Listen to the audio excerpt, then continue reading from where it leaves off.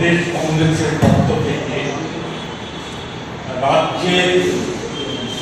চলমান কিছু গুরুত্বপূর্ণ বিষয় নিয়ে আপনাদের মাধ্যমে রাজ্যবাসীর দৃষ্টি আকর্ষণ করার জন্য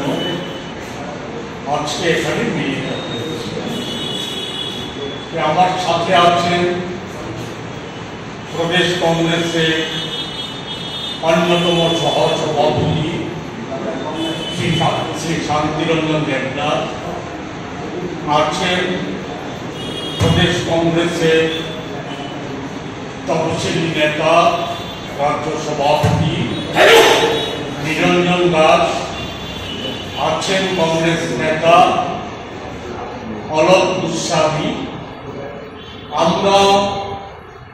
আজকে গভীর উদ্বেগের সাথে লক্ষ্য করছি বেসরম এই রাজ্যে ডাবল ইঞ্জিন ট্রিপল ইঞ্জিনের সরকার সুশাসনের স্বপ্ন তৈরি করে বেড়াচ্ছে। অন্যদিকে বলা যায় রাজ্যে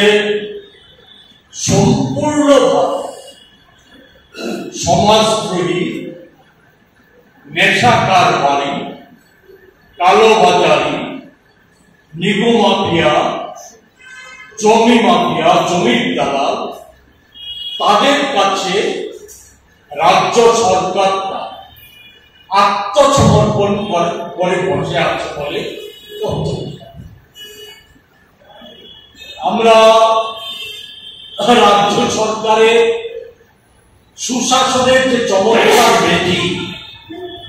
এর একটা জ্বলন্ত নিদর্শন আমরা সম্প্রতি গত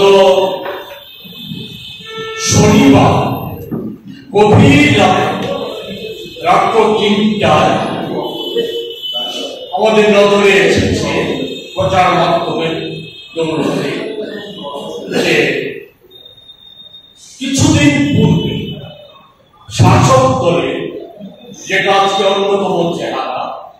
যে শাসক দলের মধ্যে আভ্যন্তরীণ গোলযোগ এমন পর্যায়ে গিয়ে পৌঁছেছে, প্রধানত ক্ষমতা দখল, ক্ষমতা রক্ষা করা, ক্ষমতায় ফিরে আসা, ক্ষমতাকে ব্যবহার করে সেখানে অনৈতিকভাবে কালো অর্থ উপার্জন করা, এ নিয়ে যে প্রতিযোগিতা আজকে শাসক দলের পঞ্চায়েত স্তর থেকে শুরু করে মহাকরণ পর্যন্ত দেখা যাচ্ছে, এরই অঙ্গ হিসাবে গত কিছুদিন পূর্বে বিশাল করে আমরা প্রত্যক্ষ করেছি একজন নির্বাচিত বিধানসভার জনপ্রতিনিধি আর একজন সরকার পরিচালিত একটা সংস্থার সর্বাধিনায়ক, তাদের যে দুইটা গোষ্ঠী, নেগোসিয়েশন গোষ্ঠী এবং নেশা বাণিজ্য কালোবাজারি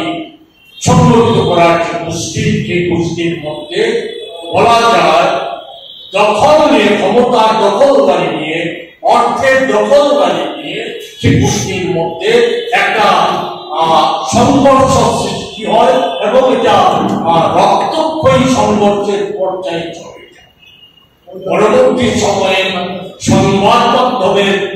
মধ্য দিয়ে আমরা জানতে পারি যে উভয় গোষ্ঠীর নেতাকে আগরতলায় ডেকে এনে বিজেপি রাজ্য নেতারা করমর্দন করে ঘটনা ধামাচাপা করার চেষ্টা করেছে। আপনি কি ঘটনা ধামাচাপা করেছেন? আমরা লক্ষ্য করেছি সিস্টার মশলা, যা মডার্ন এবং স্বাস্থ্যসম্মত। সিস্টার নিশ্চিন্তের প্রতীক।